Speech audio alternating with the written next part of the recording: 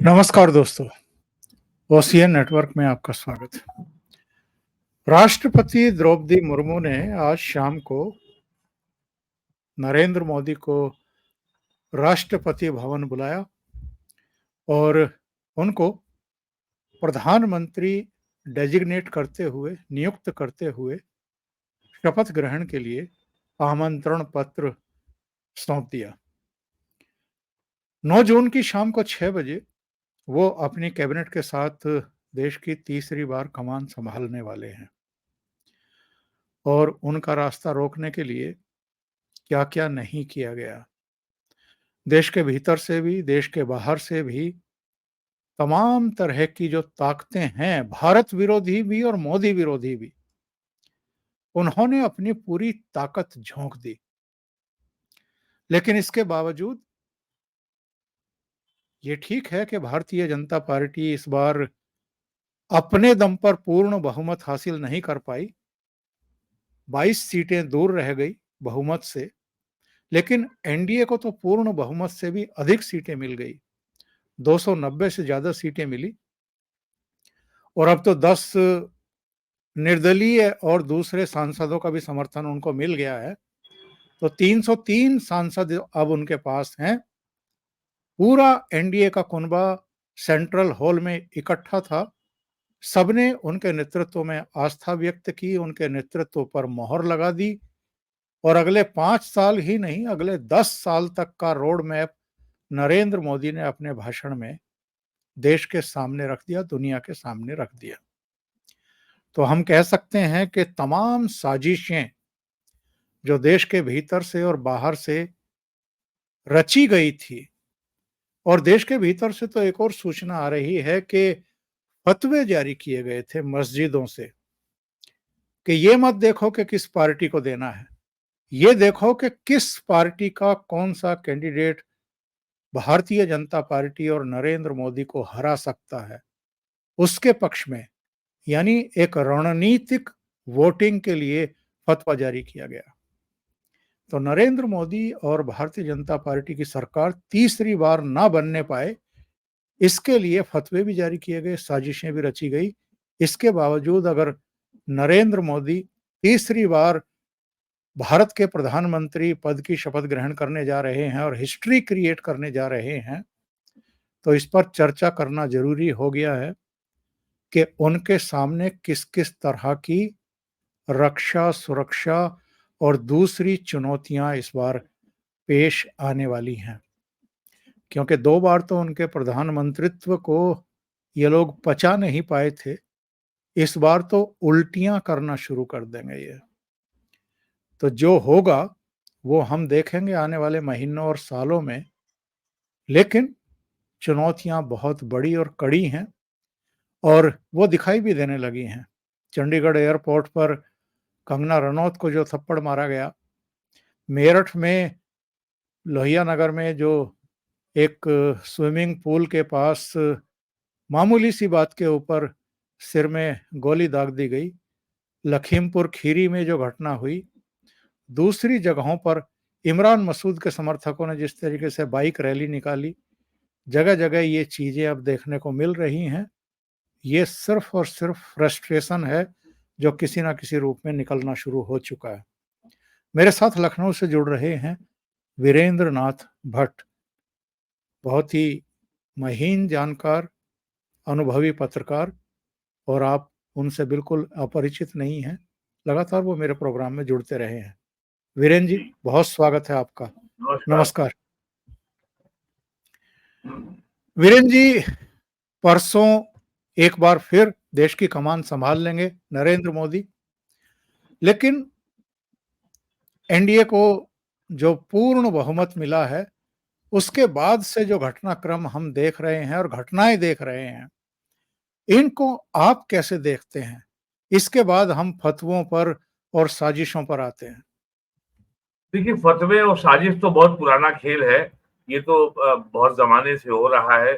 साजिश तो 1947 में हुई थी, जब जब जब जब इस देश के महान नेताओं ने अंग्रेज़ों के कहने पर तख्तरी पे रख कर के पाकिस्तान सौंप दिया था मुसलमानों को।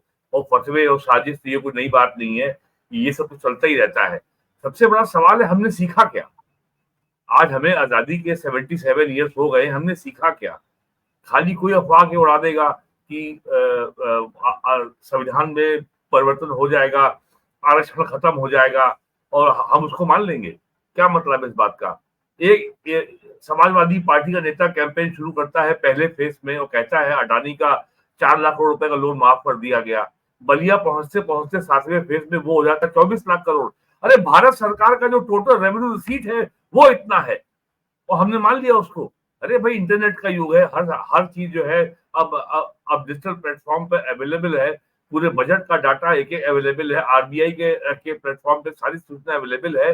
लोन अगर इसका सीधा मतलब ये है कि अगर किसी बैंक ने किसी इंडस्ट्रियल हाउस को या किसी को, आप या मुझको, किसी को अगर लोन दिया है और सरकार वो अगर लोन माफ कर रही है तो इसका मतलब सरकार ने अपने बजट से उतना पैसा उस बैंक को दिया।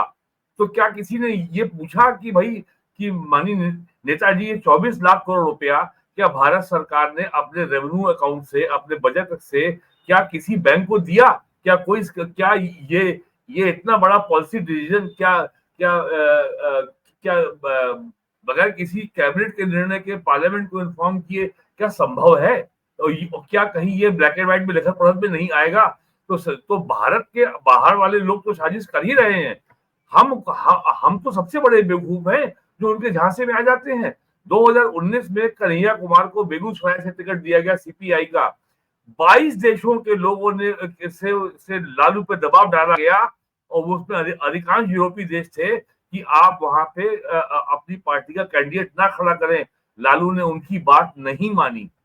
ये है ये इतना नंगा हस्तक्षेप है फॉरेन पावर्स का हमारे देश के अंदर।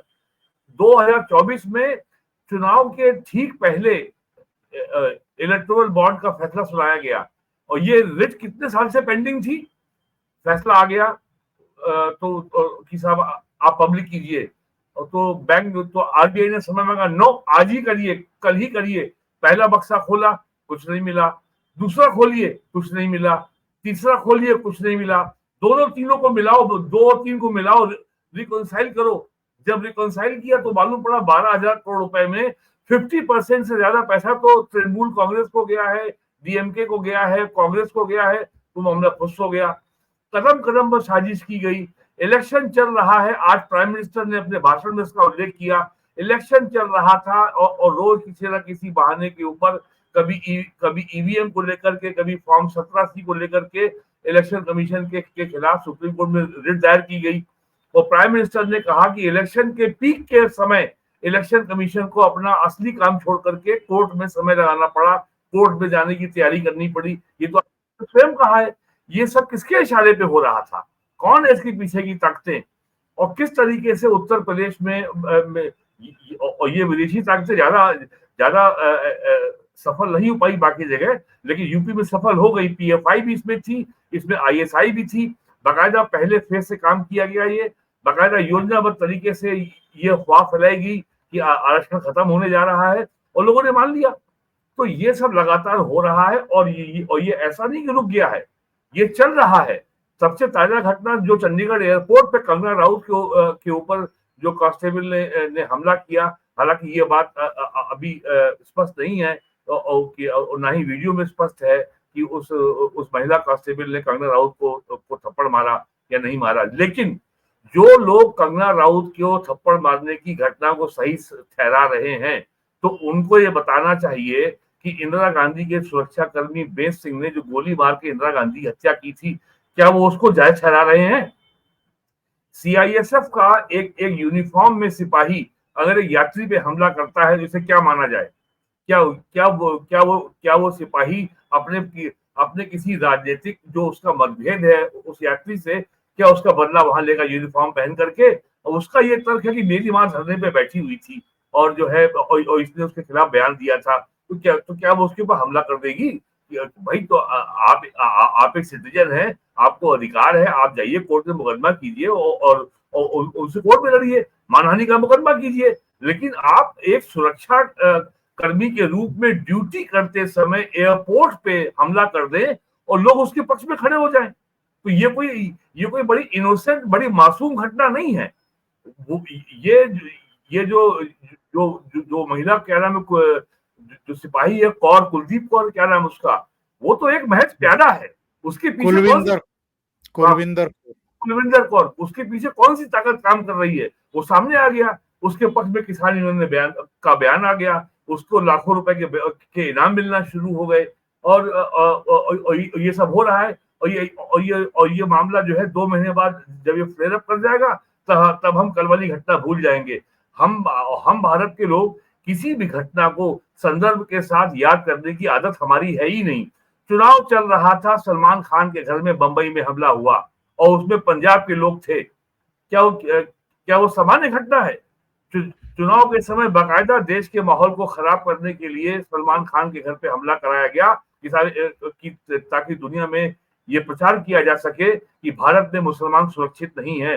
देखो, सलमान खान जैसा बड़ा फिल्म स्टार भी वहां सुरक्षित नहीं है। वो तो कहिए कुछ कुछ नुकसान नहीं हुआ, और कहीं किसी के ऊपर कोई चोट नहीं आई।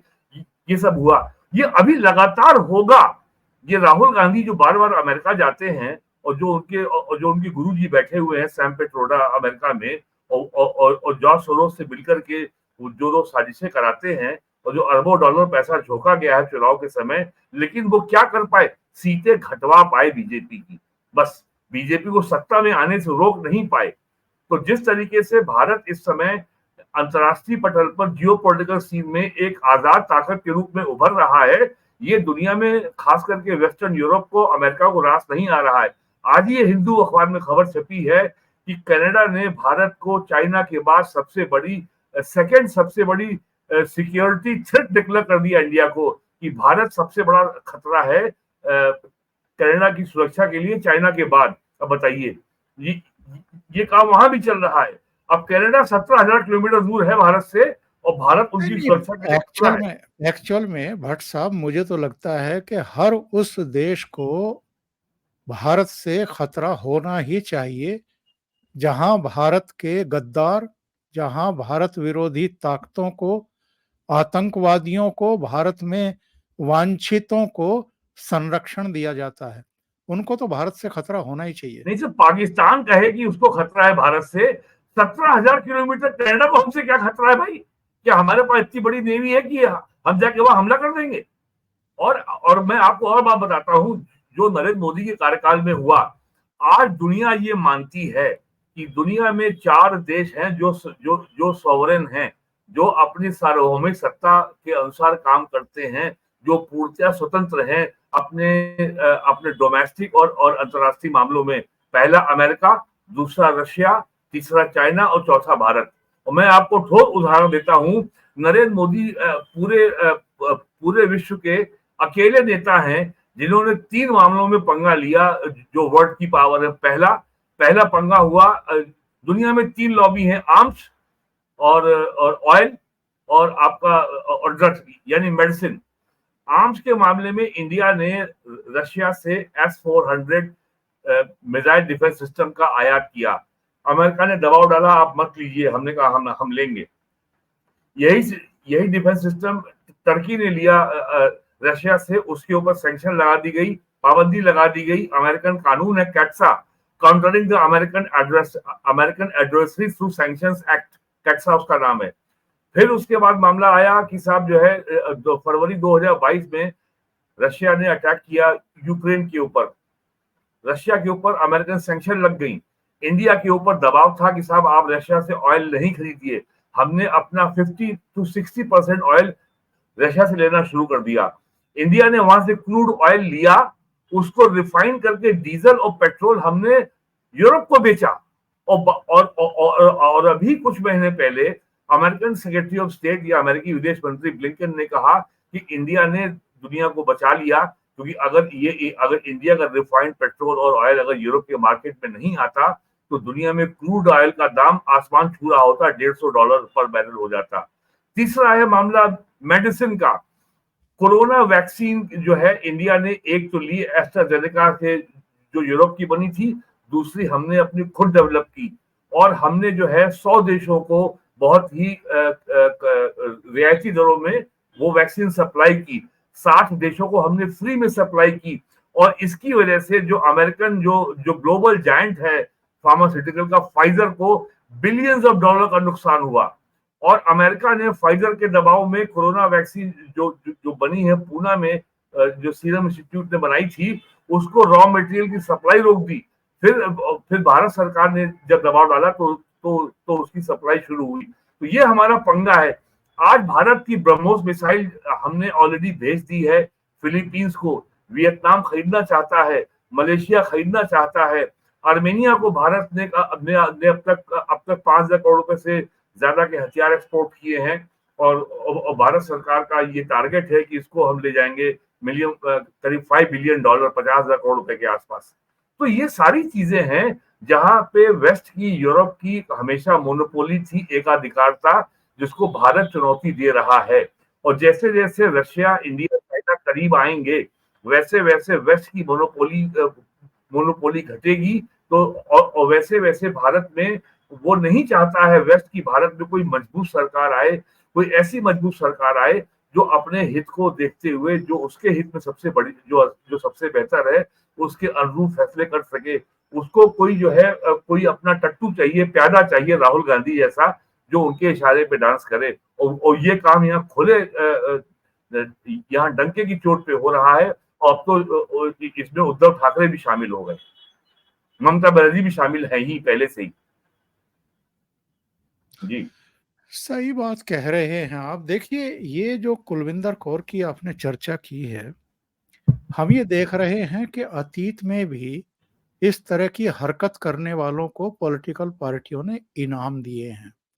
आपको ध्यान होगा, एक पत्रकार थे जर्नैल सिंह, जिन्होंने पी चिदम्बरम के ऊपर प्रेस कॉन्फ्रेंस में जूता उछाला था, और आम आदमी पार्टी ने बाद में उसको टिकट दिया और वो विधायक बन गया। इससे पहले अभी अभी जो चुनाव हुआ है, इसमें 2 खालिस्तान समर्थकों और संदिग्धों को निर्दलीय चुना है पंजाब की जनता ने। अमृतपाल को, खालिस्तानी को खडूर साहब से, और फरीदकोट से इंदिरा गांधी के हत्यारे सब इंस्पेक्टर बेअंत सिंह के बेटे सरबजीत खालसा को। एक बारामूला कश्मीर से चुना गया है राशिद इंजीनियर। हाँ हाँ हाँ, ये सारे के सारे भारत विरोधी गतिविधियों में संलिप्त लोग हैं। वो तो सड़क ये पे जो गाय मांस के भोजन की पार्टी करता था। यस यस तो ये जो भारत विरोधी नैरेटिव चलाने वाले, भारत विरोधी गतिविधियां चलाने वाले खालिस्तान समर्थकों को या तो पॉलिटिकल पार्टियां टिकट दे रही हैं, या वो निर्दलीय भी खड़े हो रहे हैं तो वो जीत रहे हैं और इस्टेब्लिश लीडरशिप और पार्टियों को भी हरा रहे हैं। ये कितनी बड़ी चुनौती है अब भारत के लिए, क्योंकि ये तो आंतरिक सुरक्षा से जुड़ा हुआ मामला है। देखिए, अभी जो लोकसभा के चुनाव हुए हैं, 2 साल पहले पंजाब में आम आदमी पार्टी को पंजाब विधानसभा की 119 सीटों में 90 या 92 सीटें मिली थी। और अभी जो लोकसभा चुनाव हैं पंजाब में, आम आदमी पार्टी की असेंबली की सीटों की संख्या में, जिन असेंबली की सीटों पे आम आदमी पार्टी जीती है, उनकी संख्या मात्र 33 है। तो आम आदमी पार्टी का ग्राफ बहुत तेजी से गिरा है। और कांग्रेस ने जिन असेंबली सीटों पर जीत दर्ज कराई है, उनकी संख्या 37 है। और दर्शकों की सुविधा के लिए मैं बता दूं कि एक लोकसभा सीट के दायरे में, के क्षेत्र में कम से कम 5 विधानसभा सीटें होती हैं। उनको मिलाकर के एक लोकसभा सीट बनती है, जिसको बोलते हैं लोकसभा सीट का असेंबली सेगमेंट। तो 33 असेंबली सेगमेंट में आम आदमी पार्टी को केवल जीत मिली है, 37 पे कांग्रेस को मिली है, 13 या 14 पे या 17 पे बीजेपी को मिली है। तो आम आदमी का पार्टी का ग्राफ बहुत तेजी से गिरा है। और पंजाब विधानसभा चुनाव में के पहले, 2022 के पहले, कुमार विश्वास ने क्या कहा था अरविंद केजरीवाल के बारे में? ठीक है, पंजाब अलग होता है तो हो जाए, हम एक राज्य के मुख्यमंत्री ना होकर के उसके प्रधानमंत्री बन जाएंगे। तो ये पूरा खालिस्तान प्रोजेक्ट है। और खालिस्तानियों ने खुल के पैसे भी दिए हैं और इसके वीडियोस भी आए हैं। ये कोई छुपी हुई बात नहीं है अरविंद केजरीवाल का जो संबंध है खालिस्तानियों से। तो ये और इंटेलिजेंस ब्यूरो के डायरेक्टर्स ने कई हैं, जैसे मिस्टर धर है, उनकी किताब मशहूर है या तिलक देवेश्वर हैं या या एक ग्रोवर साहब हैं, उन सब में नेताओं के आईएसआई की से रिश्ते, पाकिस्तान से रिश्ते और इंटेलिजेंस एजेंसी से रिश्तों के ये सब जग जाहिर है। और विदेशी ताकतों का तो खुला खेल इस देश में जमाने से हो रहा है। आजकल के यंग लोगों को याद नहीं होगा, 1980 से 85 के बीच में इंदिरा गांधी लगातार कहती थी कि ये भारत में विदेशी हाथ है। और एक आईपीएस ऑफिसर थे यूपी कैडर के, सरदार जी सिद्धू साहब, वो पंजाब के बड़े नेता थे और नेहरू और इंदिरा गांधी की सरकार में मंत्री भी रहे। इंदिरा गांधी के समय वो विदेश मंत्री थे, सरदार स्वर्ण सिंह, उनके वो दामाद हैं सिद्धू साहब। उनकी एक किताब है द खालिस्तान कंस्पिरेसी, उसमें पूरा ब्यौरा है कि किस तरीके से कनाडा से और ब्रिटेन से, अमेरिका से भारत में 80 के दशक में खालिस्तान के आंदोलन को चलाया गया, पैसा दिया गया, पूरा अंतर्राष्ट्रीय स्तर पे उसको सपोर्ट दिया गया। ये सब पूरा नहीं बात है और ये सब खुली बात है और सब रिकॉर्डेड है। इसमें कोई भी जो है इसके अलावा मैं दर्शकों को ये भी बता दूं कि जो ऑपरेशन ब्लू स्टार का नेतृत्व कर रहे थे बराड़ साहब, उन्होंने भी एक किताब लिखी है और उसमें भी ये सारी डिटेल जानकारी दी गई है कि किस तरीके से ब्रिटेन, अमेरिका, कनाडा, ये सब जो है खालिस्तानी मूवमेंट को वहां से सपोर्ट कर रहे थे। जी जी। और लोगों को याद होगा एक इंडिया की फ्लाइट, एयर इंडिया की फ्लाइट कनाडा से इंडिया आ रही थी, कनिष्क, और वो मिड एयर उसमें एक्सप्लोजन हुआ था और लगभग 300 यात्री सारे उसमें मारे गए थे। और आज तक कनाडा ने उस और इस षड्यंत्र की कारस्तानी करने वाले सारे खालिस्तानी पंजाब में कनाडा में आज भी रह रहे हैं। उनके खिलाफ कोई कार्रवाई नहीं की। पंजाब और कनाडा की सरकार ने पिछले 40 सालों में भारत सरकार के साथ इस विषय पर कभी कोई सहयोग नहीं किया। ये है लेवल भारत में विदेशी हस्तक्षेप का, और इस चुनाव में जम करके हुआ है। आपने देखा होगा कि इलेक्शन के समय स्टॉक मार्केट को भी मैनिपुलेट करने की कोशिश की गई। फॉरेन इंस्टीट्यूशनल इन्वेस्टर ने अप्रैल से मई के बीच में $20 बिलियन से ज्यादा का पैसा विड्रॉ किया। स्टॉक मार्केट का सेंसेक्स नीचे गिरा। उसके बाद जब आरबीआई ने 2.11 लाख करोड़ रुपया भारत सरकार को अपने डिविडेंड ट्रांसफर किया, तब जाकर के स्टॉक मार्केट जो है स्टेबलाइज हुआ। और जैसे ही खबर आई कि ये एग्जिट पोल की नरेंद्र मोदी गवर्नमेंट बहुत कंफर्टेबल मेजोरिटी 400 के आसपास आ रही है, वैसे ही वो 76 पहुंच गया, आज फिर 77 पहुंच गया। और कल ही राहुल गांधी ने प्रेस कॉन्फ्रेंस कर डाली। अभी 18वीं लोकसभा का गठन नहीं हुआ है और कल राहुल गांधी स्कैम बता रहे थे और बता रहे थे कि 30,000 करोड़ रुपए का फायदा अडानी को हो गया और इसकी तो जो है ज्वाइंट पार्लियामेंट्री कमेटी बननी चाहिए। तो इससे आपको अंदाजा लग जाना चाहिए कि कांग्रेस विदेशी ताकतों के इशारे पर आने वाले दिनों में भारत में उपद्रव और हुड़दंग मचाने के लिए, भारत की चुनी हुई निर्वाचित सरकार को डिस्टेबलाइज करने के लिए, भारत में अस्थिरता फैलाने के लिए, भारत के में सोशल हार्मोनी को नुकसान पहुंचाने के लिए कांग्रेस क्या क्या करने जा रही है। और चुनाव के पहले भारत तोड़ो यात्रा 2 निकाली राहुल गांधी ने, जाति जनगणना की बात करी, और जो तमिलनाडु में जो क्रिश्चियन प्रीस्ट था फादर मुनप्पा से कौन मुनियप्पन से मिले, उसने कहा शक्ति वक्ति क्या होती, बकवास है, Christ is the only true God, और इंडिया तो इतनी गंदी धरती है, मैं यहाँ कभी बिना चप्पल के पांव नहीं रखता। राहुल गांधी को वो जो था आपका चर्च का फादर ये बता रहा था। ये सब हो चुका है, लेकिन यहाँ लोगों को लगता है कि नहीं, हम तो जाट हैं, हम तो ब्राह्मण हैं, हम तो ठाकुर हैं, हम तो दलित हैं, तो ठीक है भाई, आप अपना अलग जो है, आप किसी जाति के हों, लेकिन जो आपका सामूहिक हित एक ही है, ये देश रहेगा तो आप रहेंगे, तो आपकी जाति रहेगी, वरना कुछ नहीं रहेगा। ये लोगों को अब सोचना चाहिए, अपने दाएं बाएं माहौल देखना चाहिए, और जो षड्यंत्र हो रहे हैं, जो फतवे आ रहे हैं, बंबई से यहां तक खबर आई है कि लोगों को ठेका दिया गया कि तुम जाके 1000, 2000, 5000 लोगों को इस बात के लिए बनाओ कि वो नोटा पे अपनी उंगली दबाएं, और जब मतों की गणना हो जाएगी और ये आ जाएगा कि हाँ इतने लोगों को ने नोटा दिया, तो उसकी संख्या के आधार पर आपको पेमेंट किया जाएगा। ये खबर बंबई से आई है, कोई कंफर्म, कोई इसके बारे में बोलेगा नहीं, ये तक तो हो रहा है और ये यूपी में भी हुआ है।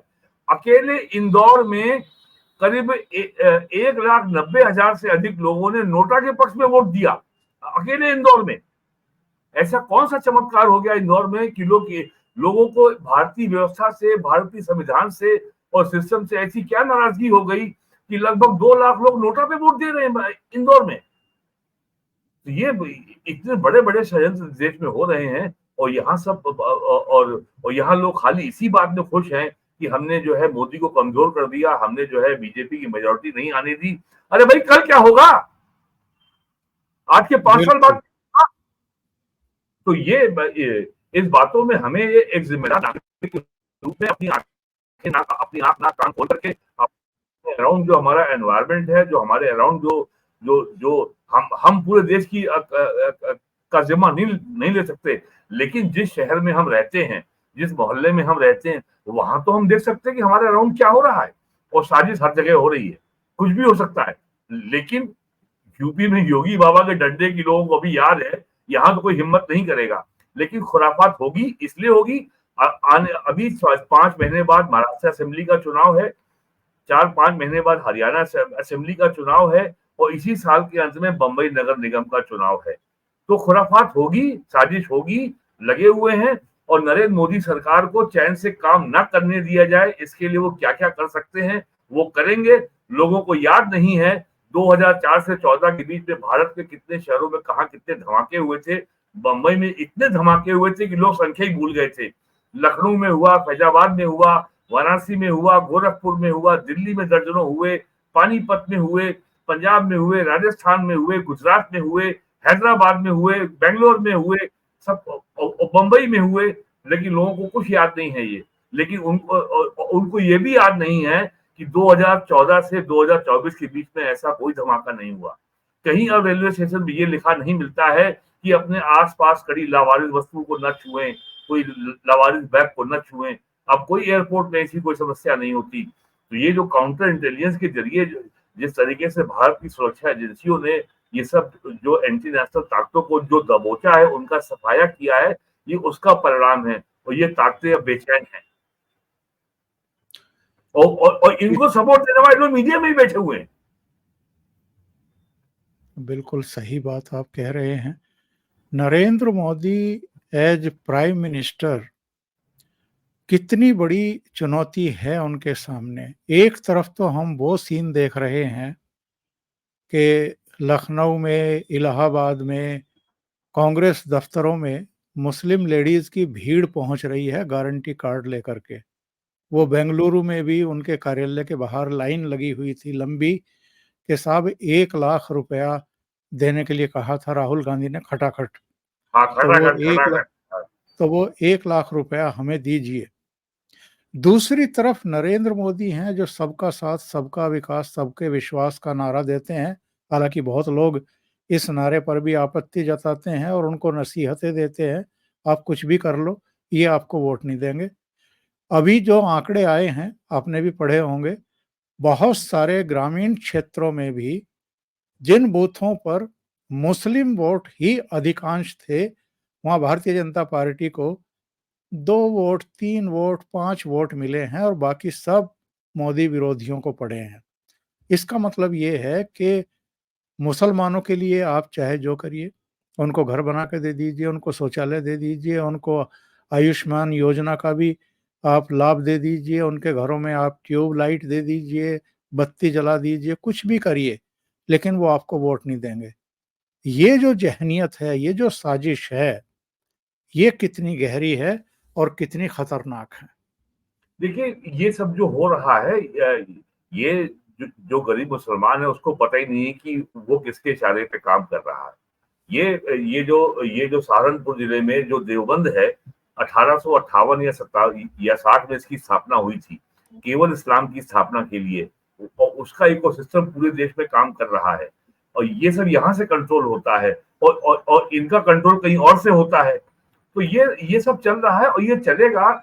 और नरेंद्र मोदी सरकार राष्ट्रीय स्तर पर इसी तरह की जो जो ताकतें विध्वंसकारी हैं, जो subversive ताकतें हैं, उनको वो उनसे लड़ने में वो जी जान से लगी हैं। लेकिन सारी सेकुलर सारी विपक्षी पार्टियां सेकुलरिज्म के नाम पर, माइनॉरिटी के नाम पर इनके पक्ष में इनकी झंडा बरदार बन के खड़ी हो जाती हैं। ये इस बार भी हो रहा है, ये ऐसे ही चलेगा। और लेकिन एक बात है, अब नरेंद्र मोदी को 10 साल प्राइम मिनिस्टर बने हो गया है। दुनिया कैसे चलती है, दुनिया कौन चलाता है, इस खेल में अब वो भी बहुत बड़े खिलाड़ी बन गए हैं। और जितने लोगों ने इंडिया में चुनाव में खुराफात की है, अब नरेंद्र मोदी जो अभी जो है बजट सेशन हो जाए जुलाई में, अब वो दौरे पे निकलेंगे, वो जाके सबका हिसाब करेंगे। वो ऐसे छोड़ने वाले आदमियों में नहीं है। और आज की तारीख में अमेरिका को हमारी उतनी जरूरत है जितनी हमें अमेरिका की है। हमें अमेरिका की जरूरत अपनी रक्षा की नहीं है, हमें अमेरिका की जरूरत है कि हमारे देश में निवेश हो, कैपिटल इन्वेस्टमेंट हो। हमें अमेरिका की जरूरत है कि हमें लेटेस्ट टेक्नोलॉजी मिले वहां से, क्योंकि हम अगर उस टेक्नोलॉजी को डेवलप करेंगे तो हमें लग जाएंगे 10 साल और हमें लग जाएंगे अरबों डॉलर। हम पैसा देंगे आपको, टेक्नोलॉजी हमको दीजिए आप। तो हमें हमें उनकी ये जरूरत है। लेकिन दुनिया की जो जियो पोलिटिकल बैलेंस है, अगर इंडिया, चाइना, रशिया अगर एक हो जाते हैं तो अमेरिका का जो तंबू है एशिया से उखड़ जाएगा। तो अमेरिका को हमारी भी जरूरत है, ऐसा नहीं कि वो सब कर लेंगे। भारत इतना बड़ा देश है, भारत इतनी और भारत और ये इतनी विविधताओं से भरा हुआ देश है कि उनको ये समझ ही में नहीं आता है कि इस देश में हजारों भाषाएं बोली जाती हैं, फिर भी सब लोग जो है जो है हिंदू हैं। बड़ी आबादी, जो बहुमत आबादी है वो हिंदू हैं। केरला के हिंदू में, लखनऊ के हिंदू में कोई बात कॉमन नहीं है, भाषा हमारी कॉमन नहीं है, लेकिन हमारी हमारी जो जीवन शैली है और जो हमारा प्रकृति से जो हमारा नाता है, जो जो हमारा जल जंगल जमीन से नाता है, धरती हमारी माता है, ये हमारे बीच में सामान्य बात है। इसको वो समझ ही नहीं पाते। उनका कॉन्सेप्ट नेशन स्टेट का है। दुनिया में भारत और चाइना ये दो ही देश हैं जो जो प्राकृतिक देश हैं, जो किसी आर्टिफिशियल तरीके से नहीं बनाए गए हैं। ये अमेरिका तो आर्टिफिशियल देश है। यहाँ के जो मूल निवासी रेड इंडियंस थे 10 करोड़, उनको तो चर्च ने मार डाला सबको। उन्होंने पूरी पूरी नस्ल को ही खत्म कर दिया। ऑस्ट्रेलिया में, न्यूजीलैंड के जो मूल निवासी थे, आज गिनती के बचे हैं, सबको मार डाला अंग्रेजों ने। तो चर्च ने तो केवल नरसंहार किया है अफ्रीका में, एशिया में, अमेरिका में, ऑस्ट्रेलिया में, और किया क्या है लोगों ने। लेकिन अब वो स्थिति नहीं आने वाली है। अब भारत यूरोप और अमेरिका और नेटो और वेस्ट के डिक्टेशन पे चलने वाला देश नहीं है। आप टेक्नोलॉजी नहीं दोगे, हम अपनी बना लेंगे। हमने बनाई। हमें जो है अपना सैटेलाइट पीएसएलवी छोड़ना था, हमें क्रायोजेनिक इंजन की जरूरत थी, रशिया हमें दे रहा था, अमेरिका ने दबाव डाला, हमें नहीं मिली। अगले 5 साल में हमने बना ली। आज भारत दुनिया का अकेला देश है कि जो सैटेलाइट लॉन्च करने में हम खर्च करते हैं 10 रुपए, अमेरिका खर्च करता है 10,000 रुपए। इतना फर्क है कॉस्ट का। मंगलयान पे हमने अपना जो है हमने अपना सैटेलाइट भेज दिया। हमें किसी अमेरिका और यूरोप के ज्ञान और विज्ञान की और टेक्नोलॉजी की जरूरत नहीं थी। हमने स्वयं उस टेक्नोलॉजी को हमने डेवलप किया है। आज आर्मी ने स्वयं अपनी मशीन गन डेवलप की है। आज हम अपना आर्टिलरी गन खुद बना रहे हैं। टाटा बना रही है, कल्याणी बना रही है, और लार्सन ट्यूब्रो बना रही है, महिंद्रा बना रही है। आर्मी की जितनी कॉम्बैट व्हीकल है वो टाटा बना रही है, महिंद्रा बना रही है, और दुनिया के 20 देशों को एक्सपोर्ट भी कर रही है। हमें नहीं जरूरत है यूरोप की, अमेरिका की। ये सारी बातें खटकती हैं यूरोप को कि आर्म्स के धंधे के बिजनेस पर हमारा एकाधिकार था। ये इंडिया कहाँ से उभर रहा है। और ये बात भारत के लोगों को समझने की जरूरत है। ये मामला देश का है, ये मामला देश का है, ये मामला देश के अस्तित्व का है, ये मामला देश की सुरक्षा का है। ये मामला कांग्रेस बीजेपी का मामला नहीं है, ये मामला राहुल गांधी और नरेंद्र मोदी का मामला नहीं है। नरेंद्र मोदी बीजेपी के लिए नहीं लड़ रहे हैं, नरेंद्र मोदी देश के लिए लड़ रहे हैं। ये बात आप लोगों को समझनी चाहिए। और 24 घंटे हमको चुनावी राजनीति के मोड में नहीं रहना चाहिए। इलेक्शन खत्म हो चुका है, 4 जून को काउंटिंग हो चुकी है, 18वीं लोकसभा कॉन्स्टिट्यूट हो चुकी है। अगले हफ्ते और 9 तारीख को शपथ होने वाली है, और अगले ही हफ्ते जो है लोकसभा का सत्र शुरू हो जाएगा, जिसमें सारे जो सांसद निर्वाचित हैं उनको शपथ दिलाई जाएगी। जुलाई में बजट सत्र होगा, एंड और देश अपना जो नॉर्मल काम करेगा। तो साल में जो 12 महीने हम लोग चुनावी मोड में रहते हैं, मोदी ने ये कह दिया, राहुल ने ये कह दिया, कांग्रेस ने ये बोल दिया, बीजेपी ने ये बोल दिया, सपा ने ये कहा, बसपा ने ये कहा। अरे ठीक है, वो अपनी जगह ठीक है, लेकिन ये देश रहेगा तभी तो राजनीति होगी। तो ये सामूहिक हित है, ये कलेक्टिव इंटरेस्ट में है कि देश में नॉर्मलसी रहे सबका, और देश का नॉर्मल काम चले, तभी तो समस्या दूर होगी बेरोजगारी की, तभी तो समस्या दूर होगी इन्फ्लेशन की। और इतना झूठ बोला जाता है आरक्षण को लेकर के, नौकरियों को लेकर के। मैं एक साधारण सा आंकड़ा आपको बता रहा हूं। देश के किसी भी राज्य में कुल आबादी जो सरकारी नौकरियों में है उसकी संख्या 2% से कम है। जातिगत जनगणना करके अगर आप जो है, अगर नौकरियों में आरक्षण 100% भी कम अगर कर दोगे तो क्या नौकरियों की संख्या बढ़ जाएगी? संख्या तो वही रहेगी। तो ये जो एक बहुत बड़ा भ्रम लोगों के दिमाग में हो गया है कि अगर आरक्षण बढ़ जाएगा तो नौकरियां बढ़ जाएंगी। नौकरियां नहीं बढ़ जाएंगी, नौकरियों की संख्या तो वही रहेगी। और लोगों को एक बात ये याद रखनी चाहिए, 1991 जुलाई में भारत में इकोनॉमिक रिफॉर्म शुरू हुआ था। उस समय वित्त मंत्री मनमोहन सिंह थे, नरसिम्हा राव उस समय प्रधानमंत्री थे। तब भारत सरकार ने फैसला किया था, the government shell disengage from every business activity. अब सरकार किसी व्यापार में हिस्सा नहीं लेगी, सरकार उससे बाहर निकलेगी। और आज 33 साल पूरे होने को आ रहे हैं, अगले महीने 33 साल पूरे हो जाएंगे। वो किसी दल की सरकार रही हो, कोई प्राइम मिनिस्टर रहा हो, उस नीति में सुई की नोक के बराबर चेंज नहीं आया। और उस समय यह तय हुआ था कि सरकार insurance, banking, power generation, aviation, ports, highways, infrastructure, logistic, हर जगह निजी निवेश को इनवाइट करेगी। आज भारत में पावर जनरेशन की बड़ी कंपनियां हैं, टाटा है, अडानी है, और भी कई कंपनियां हैं, जीएमआर है, जीवीके है। भारत में प्राइवेट एयरपोर्ट कोई जो है अडानी के साथ नहीं आया है। इंदिरा गांधी एयरपोर्ट जो है वो मनमोहन सिंह के जमाने में बना है। बंबई का नया इंटरनेशनल एयरपोर्ट मनमोहन सिंह के जमाने में बना है। हैदराबाद का इंटरनेशनल एयरपोर्ट भी मनमोहन सिंह के जमाने में बना है। नीति वही है। भारत सरकार अपने एयरपोर्ट को प्राइवेट कंपनी को लीज पर देगी, इसके बारे में केंद्रीय मंत्रिमंडल का फैसला अप्रैल 2006 का है। उस फैसले के तहत अडानी को एयरपोर्ट लीज पे दिए गए हैं और वो बेचे नहीं गए हैं। अगर लखनऊ एयरपोर्ट अगर अडानी को दिया गया है तो एयरपोर्ट की लैंड और बिल्डिंग का ओनरशिप भारत सरकार के पास ही रहेगी। उसको केवल रखरखाव के लिए दिया गया है।